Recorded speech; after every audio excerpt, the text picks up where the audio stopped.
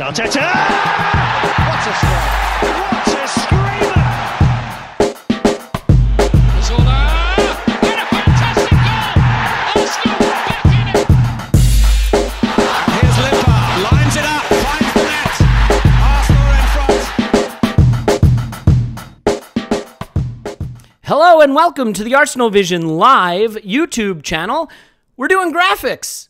We're doing graphics. We're doing a graphics. This is exciting. So my name's Elliot Smith. You can certainly block me on Twitter. There, boom, at Yankee Gunner. This is incredible. Except it may not even be going out over the internet, so it may not be incredible. Who knows? But we may have magic tricks. I can't promise anything, but we do have the man, the myth, the legend. His name is Scott. You can find him on Twitter. _that_crab. Hello, Scott. Yeah. Yeehaw, It feels indeed. good to be live. How you doing? I'm doing awesome. You're doing awesome? Awesome. Okay. Amazing. I'm ready. Let's do this. I'm going to keep you on the screen here, and what I'm going to do is I'm just going to pull in some graphics. Oh, there they are. There they are. Tell me, what are the odds here? All right, let's go over the lineup. As you talk me through what we're seeing on the screen, first of all, expected points and all that nonsense. How do you have this modeled out for us? All right. So this one, it's basically, this is are you looking at the double leg? Oh, no, we got the single one here. Yeah. So this one is a single match simulation of just the first leg here. So this one is based entirely on this season. Normally I try to go with 3 seasons worth of data, but I don't have it pulled in for the League One yet for all 3 years. So this one, it simulates the match 15,000 times based on the different shot characteristics of each team. And overall, it shows good news for Arsenal, especially, they came out with a good solid, lineup. I'm excited for that. I'm ready to go, and I think Arsenal have a good chance of coming away with a lead in this one.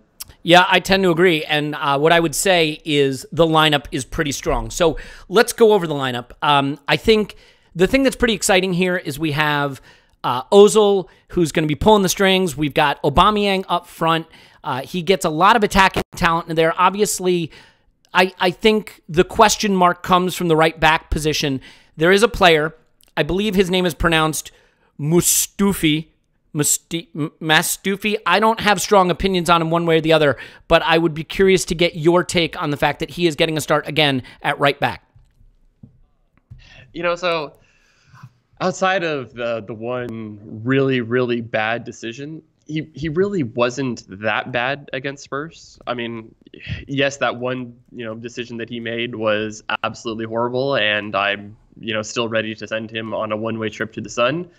Which Giant Gunner has so eloquently said that he's willing to pay for, with his, big bucks that he gets from hedge funding around. So that was very nice. Hedge funding around. Keep going. So the one thing, so I was talking about this earlier before we started. I actually kind of like the kind of more conservative fullback. So he has Mustafi and Monreal, who are both better defenders than some of the other guys that are possibly there. But then he also comes in with 4 attacking players. So I think that is going to provide pretty good balance for the team. Mustafi isn't horrible going forward. He does pass fairly decently. I mean, he's not great, not something that I would love. And Monreal, while he doesn't have the same up and down ability that he used to have, when he does get up the field, I think he does put in a very good pass. He created the cutback for Lacazette on Sunday that was absolutely, or Saturday morning, that was absolutely amazing. So he does have the ability to push up if he wants to, but he is a much better defender than Kolasinac. So I kind of like the lineup. I think it's pretty good. You can definitely make pick at it, make some decisions, but I think overall it's not bad. What's your favorite part of it? I like the attacking 4. I think that's going to be really good. I think that's going to provide a lot of balance. I think that, Ozil being able to combine with Mkhitaryan and Iwobi, being able to create for Aubameyang, I think that there's a good chance that this could be a really good attacking talent that's in there, and it could be a good attacking display. You ready for this? I'm ready. Boom. Ha! I just built that. You probably can't see it yet, but you will. It's still showing up on the screen here in a couple of seconds, so I'm just going to wait kind of delay a little bit. Well, all right. So here's the thing. I think we need Aubameyang to feast today. We need him to eat. And I think if he, hey, wait, where do I look? Hey, Scott. Did I look down here this way? No, other way. Maybe. Other way. Oh, there we go. Yeah. Hi. Wave at me. Okay. That was fun. Is everybody having fun? I hope you're having fun. Whoa. Scott is really cute. All right, Scott is really cute. Do you want to, hey, can we get your profile so we can see Man Bun? Oh, he's got the Bentner. You ever had sex with a taxi? No, I've never done that. Never? All right. No, you know what? I'm not a Newcastle fan either. I've never gone and punched a horse. You've never punched a horse. Nope. If you were going to punch a horse, where would you punch it? In the face. In the face? I mean, that's the only way that you can do it, right? I mean, you're not going to punch it in its legs, the big muscular legs. No, is it going to feel it in, is there a place you can punch the horse where you're going to get maximum return for your investment? I mean, I think that you got to go, just like you're, in a fight, you want to go right for underneath the eye socket. That's where I would aim, right here. Underneath the eye socket? Yeah. I love that you've got this thought through, by the way. It makes me happy. So let's do this. I want to get your take real quick since we're doing this and, the game's not for another, whatever it is, 45, 50 minutes. That United game, did you watch any of that? I watched the last few minutes of it, but yeah, I was actually pretty busy yesterday creating video content and working. Okay, mainly creating video content. Who are we kidding? So all right, well, so what did you think? I mean, I love the narrative that United are now back and they're good. They're clearly not back or good, are they? No. I mean, yeah, that was I think they had 5 total shots in that match, and they scored 3 goals. I mean, one of them was a penalty, so they had 4 other shots in that match besides the penalty. Yeah, it's ridiculous. Well, keep going. What do you think about United's chances now in the Champions League? I mean, they're not a bad team per se. And so, I guess there's always that possibility that they're able to sneak through and get through. I mean, Roma last year made it to the semifinals, and I think that this Manchester United team is just as good as that Roma team was. So there's definitely the possibility, in a knockout competition that, things can break. They still have a lot of good attacking talent on that team. They have Paul Pogba, who's an absolutely amazing player. So they could definitely win some one-off games. I don't think that they're going to be one of the top teams that goes into the quarterfinals. But, they could get Ajax. Ajax?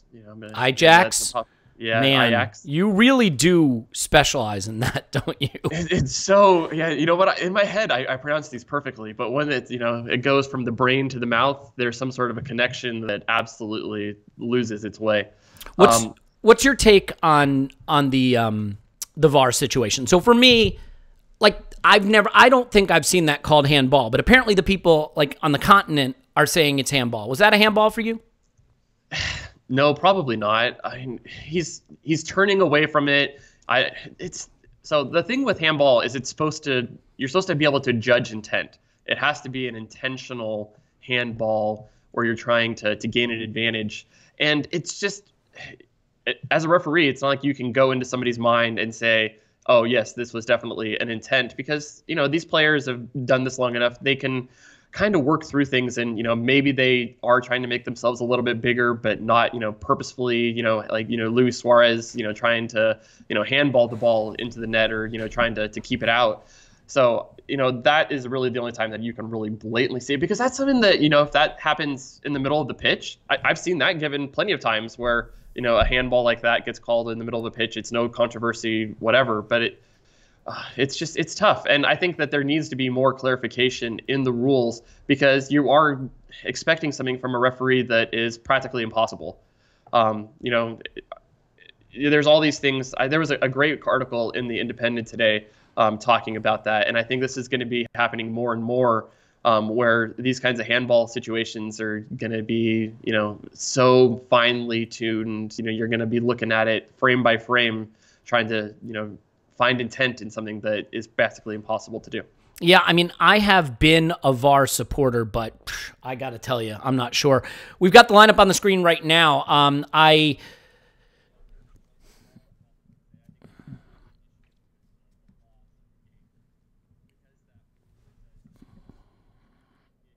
Mm-hmm.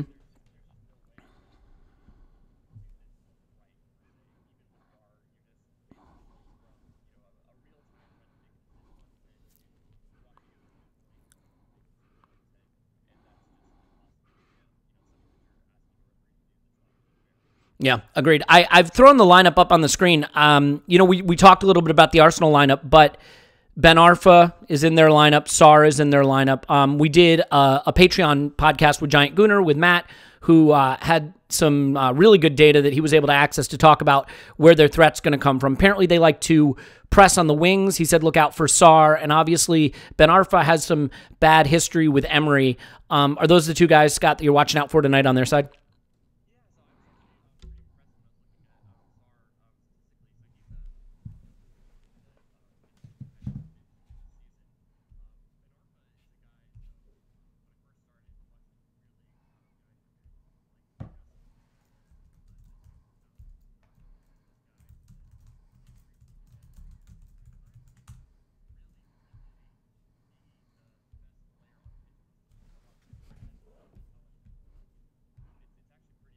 Oh, you know what? Okay, sorry guys. I just realized something, Scott. I got to jump in here. In doing my absolute best to make all of these graphics, what I realized is that when the lineup is on the screen, unfortunately, Scott's audio is not. So what I'm going to do is I'm going to go back and say, hello, Scott, and you're back. Now you can talk. So let's get your thoughts again. Ben Arfa and Sarr, are those the guys to worry about? Yes, definitely. So, so Sarr is actually, when I was looking at the stats, I also found Sarr to be a really fun, interesting guy. He's a young player that's really come into his own this season. And so with the players behind him, he's actually been pretty impressive. Ben Arfa is a guy that I've always found intriguing. He's a guy that has oodles and oodles of talent, but has always found ways to kind of waste them. Outside of the one season at Nice, where he was absolutely probably good to great pretty much consistently, he's been a guy that has been able to show flashes of his talent where he can look like the best player on the pitch. Even if Messi's on the pitch, there's been times where you're like, wait, who's supposed to be the guy that's winning the Ballon d'Or here? Is it this guy or is it Messi?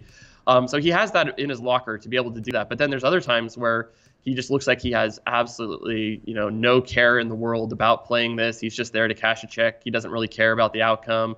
He doesn't put in much defensive effort, so he would not really do well in England. I think that was part of his problem when he was at Newcastle, where, the English fans just did not care for his, absolute one-way, only caring about attacking style. So I think that he's going to be an interesting player to watch. He's a bit of a chucker, where he loves a shot from outside the box. But unlike Xhaka, he actually can score them at a fairly high clip. So that's going to be something to keep an eye on. But the player, when I was actually looking at it, that I was really, kind of looking that I think would be the most important to stop would be Grenier. I'm going to do my best to pronounce that actually pretty decently. He is one of their big keys in actually connecting play, but he also does a lot more of the creative. So not only does he do the final third entries for them, but he's also a player that will do a final key pass and also do really well at getting himself a shot. Yeah, great. Well, I have to tell you that I think it would be funny if we absolutely smoked Rennes and then Emery ran on the pitch and just kicked Ben Arfa right between the legs. Do you think that, is there a prop bet we can make on that? Is that something that you could see happening? Possibly. Yeah, that's definitely something, I'm down for a good prop bet. By the way, I don't know if you can see this situation over here, and then that situation over there. Hey, look down. Oh, I see it. Yeah. Look down. There you are. I see you. Hi. I don't know if the folksy quality of being excited that we've got graphics figured out is going to wear off. I imagine it will wear off at some point, but before it wears off, I think we have to talk about Real Madrid for a minute. So let's do that. For me, this is you've got audio. We've got audio, folks. Sound effects and graphics. How fucking hilarious was that? It was amazing. I absolutely love it. I love to see a big team go crashing out. So that was part of the reason that I was torn watching Manchester United PSG, because I really, really liked seeing PSG absolutely disintegrate for what is it? Is this the third time in a row that they've done it or something like that? It's just Yep. I love it's a yearly tradition now to see them absolutely crash out in the most hilarious fashion. But yeah, so for Ajax, so it was amazing. So in the first leg, I thought that they were a bit unlucky to not get a result. But then I was like, yeah, they're not going to go into the Bernabeu and be able to come away with a win. So I thought that one was done. But they played really well. The defense was definitely probably got a little bit lucky because Madrid created all sorts of stuff on them, but just couldn't actually convert them. But then when they attacked, man, they really attacked with numbers and did well to create. I think I had the total on both legs, almost 5-5 total. So it was definitely an even one. Showing here, so you're going to Rennes there instead of. Well, no, that's fine. I'm just putting it up just so people see it. You don't have to respond to everything that's on the screen. Be a professional. Come on, you've been doing this for a week and a half now. Exactly. Yeah. So, well, I mean, all right. I wanted to get into a kind of fun feature. Let's see if people are into this. I wanted to do an Arsenal 11 from hell. Since we're in the Europa League and it's not really befitting our club and we want to get back in the Champions League, I think this is a good time. Mustafi cost us the points against Spurs, and everybody sort of knows my feelings on Mustafi. I want to do, you can do it 4-4-2, 4-3-3, however you want to do it. Let's do the 11 from hell. We'll ping pong back and forth. Who do you have in keeper for the 11 from hell? I think I got to go. This, by the way, let me say, this is starting from right after the Invincibles, so 05 and on. I think you got to go with a Spina. Ospina, you're going to go with this? Yeah, I mean, has any other Arsenal goalkeeper basically caught the ball and then brought it into his own net? I still go Almunia just because I can't forgive him for near post in the final. I can't forgive him for some of the Morris dancer crap. It's this one, wait. Exactly. There you go. Okay, so I'm going. Do you want to settle on Almunia? Yeah, I think we could go there. Right. I'm fine either way. Who do you have in our banter 11 at right back? Right back hasn't been a hugely banterous position, has it? No, it has. I mean, you can kind of say Carl Jenkinson just because he's. I don't know. The funny thing is, you could say like a Boué just because he was kind of a character of ridicule, but he played for us on our Champions League final run, so you can't really pick a Boué. What about? I mean, Lichtsteiner not here long enough. Has he been? I mean, no. Lichtsteiner, he hasn't been there that long. Debussy was actually kind of good before he got injured. Yeah, I really like Debussy. Another one of the Newcastle guys that I like. I just feel bad saying Arsenal superfan Carl Jenkinson is in our banter 11. He's the total, he's the epitome of the banter era. Okay, let's do it. Yep, British core. So we've got Almunia, Jenkinson. Let's pick our center backs. I'm picking Mustafi as one of them. I'm going to go ahead. It's a tough one between Squillaci and Sylvester. Some people would say... Squillaci. All right, look. I realize the right choices are probably Squillaci, Sylvester, the two of them. I'm getting Mustafi into my banter 11. So I'm going to go Squillaci and Mustafi. Can you imagine? Oh, my God. All right, who are you picking? Yeah, I think those are probably the two to go for. We've got some votes for Senderos. I think that's harsh. I think Senderos was okay. He had some bad experiences, admittedly. All right, left back. Who's your banter 11 left back? I got this one nailed down. Yeah, let's hear yours first. It's a close call, I think, between Santos and the guy I'm going to pick. The guy I'm going to pick didn't play much. Andre Santos probably played more, but I'm going to go Armand Traore just because he was in the 8-2, and I've not seen a player play left back worse than he did on the rare occasions he did. Andre Santos probably more banterous, but Traore for the 8-2, and I realized he was like 15 years old when he played in it, but I'm going Armand Traore. How about you?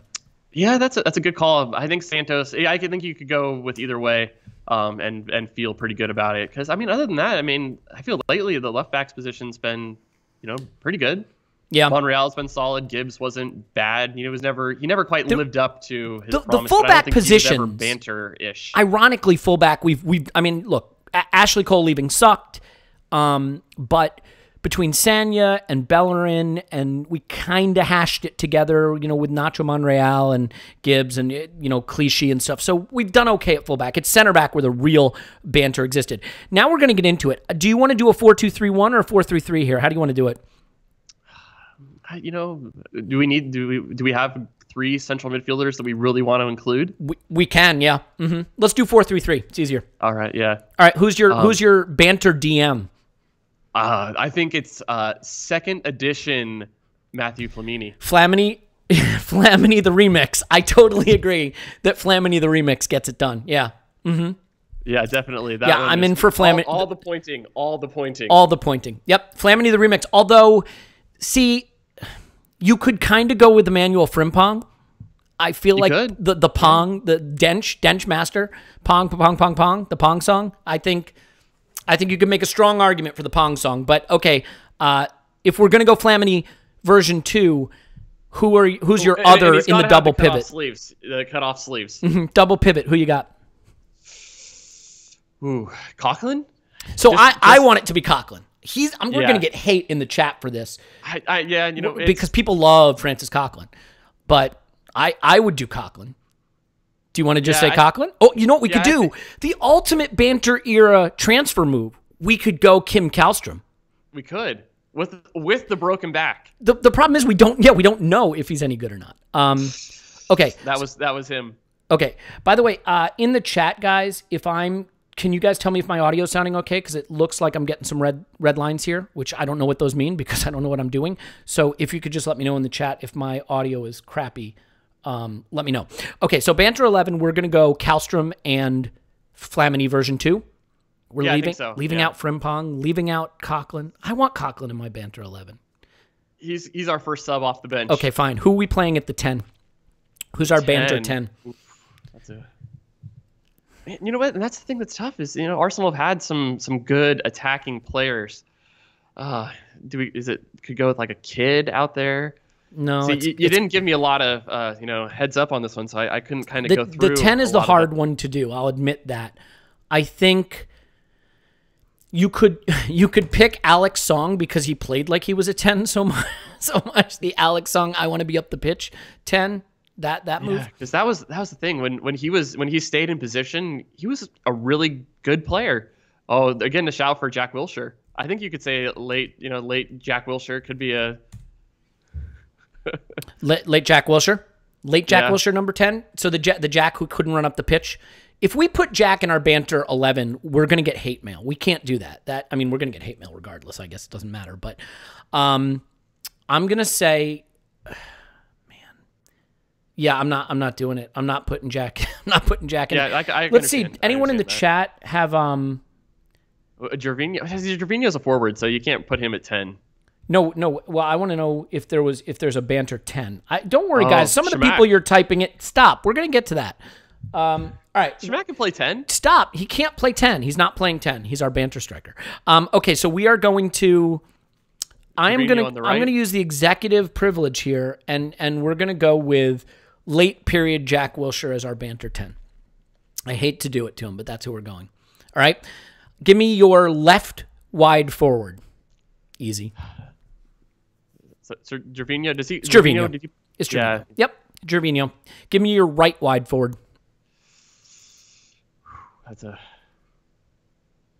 So we're definitely going with Shamak in the middle, right? Mm-hmm. Oh, all day, every day. Marouane Chamakh. He came in like a house of fire, too, like winning penalties, scored a few terrible goals. You know what we could do? You know who we could throw out on Banter right wing? Wait for it. Waiting. Yeah. Ooh, the Sanogo. Sanogo on the wing. Oh, but you know what? Maybe is there any more banter than maybe we could switch it to a 4-4-2. What about Bentner on the wing? Bentner on the wing was such a banter era Arsene move, and the miss at the new camp. He loves to have sex with taxis. That's a callback to something we referenced earlier because you're wearing a man bun. You know what? Turn your head to the side, please. Yeah. In honor of the man bun, our right wing in our 4-4-3 Banter 11 is Nicholas Bentner. King Bentner. Okay. All right. So what's our 3 subs? So I think we'll definitely go with. So Shamakh's starting. Sanogo's our first sub off the bench at striker. we're going to bring Coughlin in when this team needs to preserve its 4-0 deficit when we're in damage limitation mode. We're going to bring Coughlin in. I think we bring to on 2-foot some people. We bring on Sanogo as the center forward, and how about the master of the kebab shop, and we go with the old number 9. What, Park? Yeah, no. We have Park Chu-young. That's a good Park call. is in Park, there? Yeah. Who were you thinking? I was thinking the name is escaping me right now. Then I know he's banterous. It's bringing out all sorts of great, I can't think of it. Live. Yeah, I can't think of it. Lost it. So we're just gonna pretend that I didn't even bring it up. Can you give me now? I need to know. Tell me, people. Are we not? Oh my gosh, I blew it. I totally blew it. Oh, we got to go back to midfield. I'm so sorry. Thank you, YouTube chat. Holy cow! How did I do that? It's of course Danielson. Danielson can be our banter 10. Now, he didn't really play 10, but I love the double pivot of Flamini and second iteration Flamini and Kallstrom or Coughlin or you take your pick, and then Danielson in front of them. I love that. That's great. Yeah, that's great. Thank you, YouTube. Sorry about that. Yeah. Wait, were you thinking Podolski? Yes, there we go. No, Podolski does with a left foot like that. You're not putting him in my banter 11. Forget it. Okay, so we've got Park and Sanogo on the bench. We've got Coughlin on the bench. We've got Sylvester who can come in reserve on the bench. Manone could be a bench keeper for us. The Vito, Don Vito. No, you're not putting Manone on the bench. Maybe. Yeah, okay. I think you could. Okay. All right. Well, enough of that. That's our banter 11. Thank you everybody for playing along. Oh boy, Lawler in the messages. How about Dennis Suarez as our banter 10? Little bit of a hot take there. A little early for that, although I'm a little bit warm to that theory myself. Let's do this. Let's get to predictions real quick. We've got the let's see. We've got the lineups back, so let's bring those up. Scott, as we're looking at the lineups here, he's gone for it. Really aggressive. Ozil's in there. Aubameyang obviously was always going to start with Lacazette banned in this competition. With Torreira banned in the Premier League, he was always going to start. He starts with Granit Xhaka, Iwobi, and Mkhitaryan on either side. This is aggressive. He's going for it. What's your prediction for this first leg scoreline? I'm hoping for a 3-1. I really do. Rennes is just not very good at keeping the ball out of their own net. They actually do pretty good, stopping shots, but their keepers have been absolutely abysmal this season. So I'm hoping that with Arsenal's attacking talent they have on the field, that they're able to score some goals. I don't think they're going to keep a clean sheet. So I'm hoping for a 3-1, and I think that's my prediction.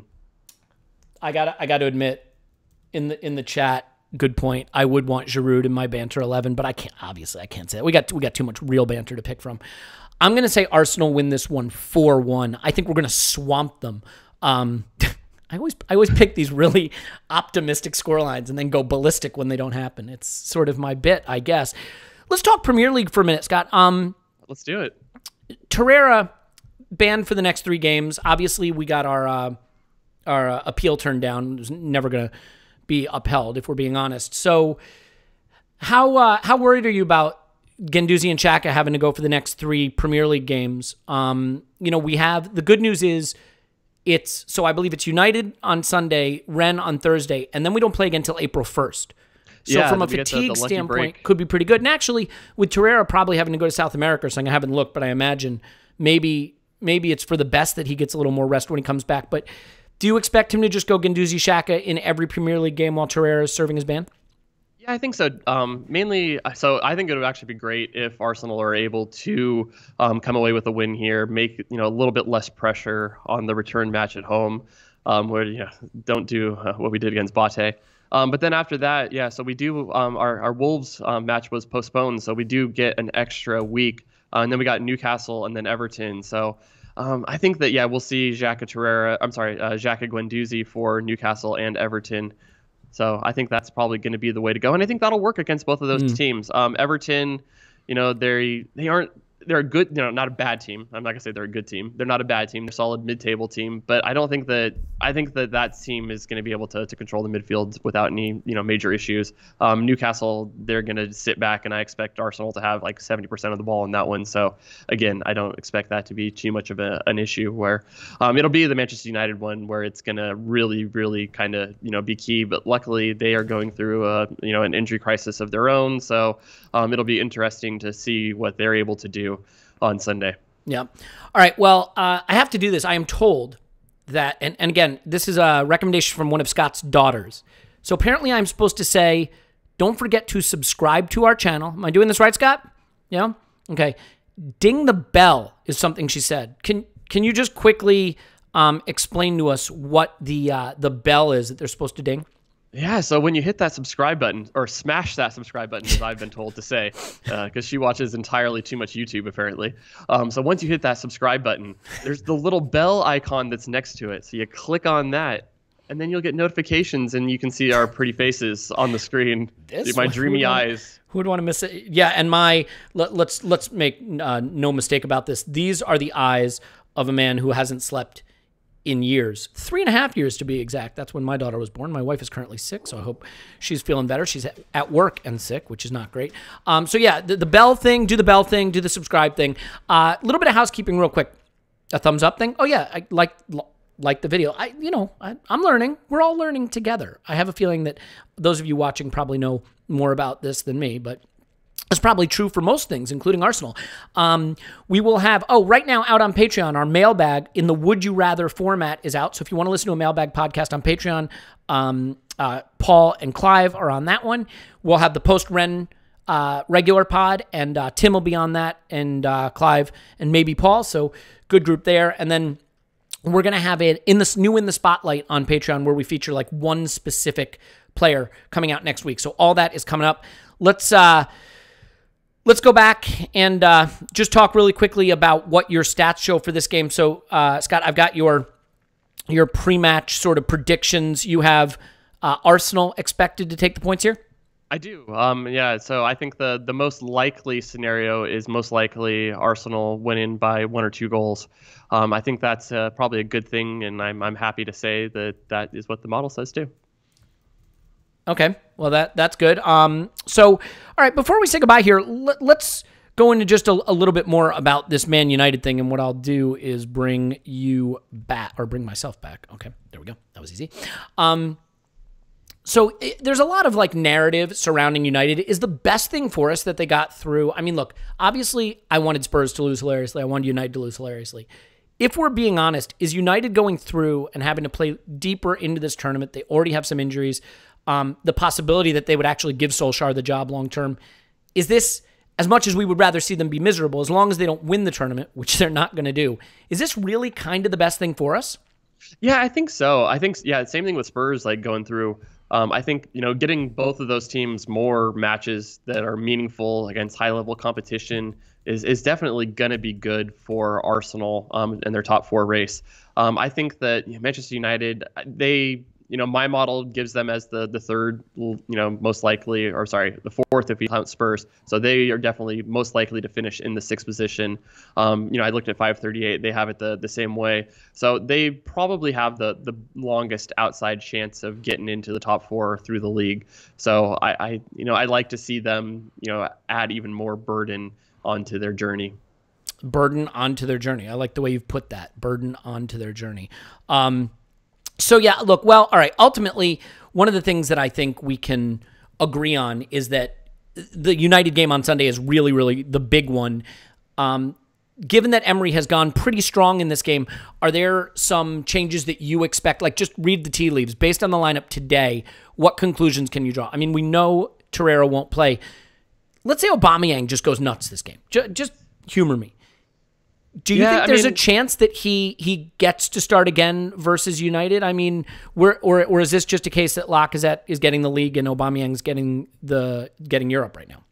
I think that there's an outside chance. I think if he goes out and has a hat trick and he looks absolutely amazing, I think there's can you really sit a guy who just scored a hat trick? Probably not. I mean, he's shown that he can, but I think that the most likely outcome, barring some sort of amazing performance, is Lacazette coming back in. I think Ramsey comes in for Ozil. I'm not sure if he's going to change the wings again, or if he's going to keep Iwobi and Mkhitaryan, because I think those guys really, really do a good job of providing balance for the team. So it's going to be Guendouzi that's going to come in for Torreira. Xhaka is probably going to start. It'll be interesting what he does with the back line, because I think Monreal, especially with his age and his legs, I'm not sure if he's able to, or if I feel comfortable giving him, another start, on a few days rest. So that'll be the one that's interesting. Leno's going to come in for Czech. Other than that, I think it'll be a pretty similar team to what faced Spurs. Yeah, I think that's probably right. I mean, And overall, I think the rotation has been good. Arsenal have kind of weathered their really bad injury crisis. Yeah, we still have some long-term guys out, and there's nothing we can do about that. But I think that we have a pretty good amount of guys for each position right now. And, Emery is doing a pretty good job of keeping people fresh, doing the right rotations, I think. As much as I like to hate on Emery, I think that he's doing a pretty good job right now. Yeah, I would agree with that. I mean, I look at these fixtures other than United. Which one of these really worries you of those next few league fixtures? I think Everton, might be tricky. They are a team that's probably going to thrive in chaos. That's definitely the Silva way of playing. So I think that could be an interesting one. Watford away could be, but they're not really going to be playing for much, I don't think. So I think they are probably going to be solidly mid-table. So I'm kind of hoping that they are kind of checked out for the season and said, hey, all right, we did it. Good job. We played well, but we don't really have a lot to play for left. So looking at that, go to Leicester with Brendan Rodgers. He'll have had 6 or 7 matches with them now at that point. So that might be an interesting one. But so there's going to be a lot of Watford away doesn't. I mean, I'm so worried about our away form. I think anything away is not comfortable for Arsenal. Is that something that the Spurs game kind of encourages you about? I mean, and obviously tonight we're away, so I mean, is there a chance that coming off tonight we're going to feel a little bit better combined with how we played in the derby, like just about our away form in general? I hope so, because I mean, yeah, I really do. I think that the lineups have been starting to get better. I feel like they're starting to be able to get a little bit more consistent. There's still been good rotation, but even the guys that are being rotated in or out, it's been where they'll get like 30 minutes here and there, so they still are able to stay sharp. So it feels like the automatisms that automatisms. Automatisms. I'm here for you, buddy.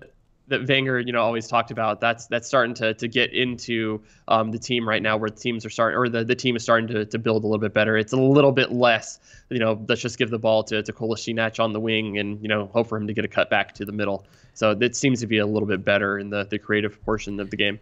Yeah, I agree with that. So one of the things that I wanted to bring up here, you actually created a pretty cool graphic, as you always do. So I'm going to bring it up right now, and you can kind of talk us through what we're seeing here. You have Arsenal versus Rennes broken down into graphics that my puny little brain can't understand. So what exactly is this graphic, the pie chart, bar chart thing that we're looking at? Maybe you can talk us through what this one means. So the pie chart on the left, this is the double-legged simulation. So, it simulates the first match, records the score line, and then it also will take a look at, so if a team is down, they are going to, attack more and the other team will defend a little bit less. So it does take those kinds of things into account. So what we have on the left is so this is a full 15,000 simulations of both legs. I have Arsenal advancing 67.6% of the time, Rennes winning 32.4%. And then on the right, that is the breakdown of how things break out into each time. So you have Arsenal winning in regular time, or without going to extra time or relying on away goals 58% of the time. They win on away goals 4.8%. It goes into extra time 3.5%, and then penalties 0.5% of the time they'll win there. And then it's the same thing for Rennes, 24.5% of the time they will beat Arsenal in regular play, 4.8 on away goals, 2.7 in extra time. So really, hopefully there isn't any extra time. Hopefully Arsenal are able to really wrap things up today, come out with a 3-1 win, be able to hold, serve at home, and move on to the next round. We have a treat for you, Scott. Actually, Mustafi is joining me now on the podcast. Hello, Shodran. Hello, Elliot. Okay. Just want to know what you've got cooked up for us, because I know that you always have something really interesting, for us to look forward to, and I'd just like to understand what that's going to be tonight. Well, first of all, I'm going to dive in for the ball when it's not there to be won, and then watch. A couple of times I might put my hand up for offsides when clearly I was playing everybody onside, and then I don't know. Depending on whether or not they get a lot of set pieces, there's a chance I'll consider giving away a penalty. Oh, really? Yeah, I'm going to give away a penalty. It's going to be great. It's going to be a lot of fun. So look forward to that, okay? Well, could you maybe just I don't know, score a goal from a corner? Well, always could do that too. I like to impact the game at either end. Either give up a goal or score a goal. So it'd be great. Well, thanks, Shodran. We really appreciate that. Oh, hey, no problem. And up the Arsenal. And, oh, yeah, back on top. Back on top. Back on top. So, yeah, up the Arsenal. I got to go play a football game. So, talk to you later, everybody. Okay, bye-bye. Okay, well, that was Shodran Mustafi. What do you think of that, Scott? I prefer really not to speak. If I speak, I am in big trouble. In big trouble. And I don't want to be in big trouble. That's what I think. That's what you think, huh? Yep. All right, fair enough. Look, I mean, that's how it is. Sometimes, you got to get the guests when you can book them. Did I want to book Aubameyang? Yes, he wouldn't come on. Shodran decided he would come on the pod and talk to us. So, it's nice to get his thoughts on what to expect from the game. So, all right, 15 minutes to kick off. We're getting ready to do this here. I think we're about 10 minutes away. Are we 10? Oh, wait, God, 5 till. Kicks off at 5 minutes till, right? Yeah, that's right. Is this the worst competition in the universe? No, this one's awesome. I love the Europa League. Oh, for God's sakes. Okay. Well, what do you think? What do you think about who are our goal scorers tonight? Give me the goal scorers. I think we're going to get 2 from Aubameyang and 1 from Iwobi. Yeah? Oh. Yeah, I think we'll get an Ozil assist. I think we'll get maybe we'll even get a penalty where Aubameyang can redeem himself and a Mkhitaryan assist. Oh God, Mustafi just sliding tackle right past my camera. I really would love to see Aubameyang go off tonight. Just get him going. I think it'd be great to get him going and just sort of have the chance to. It would be tough, right? Because if he really lights it up tonight, then I'm just going to be annoyed when he doesn't start against United. Are you feeling pretty good about the United game, by the way? I think all this hype about them that's built them up and this winning, I'm kind of the anti-Clive in this respect. He would say, well, they're the confident team right now. I think that's great. I want them to think they're good playing terribly because it gives them a hubris that they have no right to have. And then, I think that makes them vulnerable. I think we're going to do them at the Emirates. I think so too, especially Arsenal are so good at home. I really do feel confident going into this one. And it's similar to me when Arsenal was winning but playing ugly. I was all sorts of worried about them at that point. And, it did come.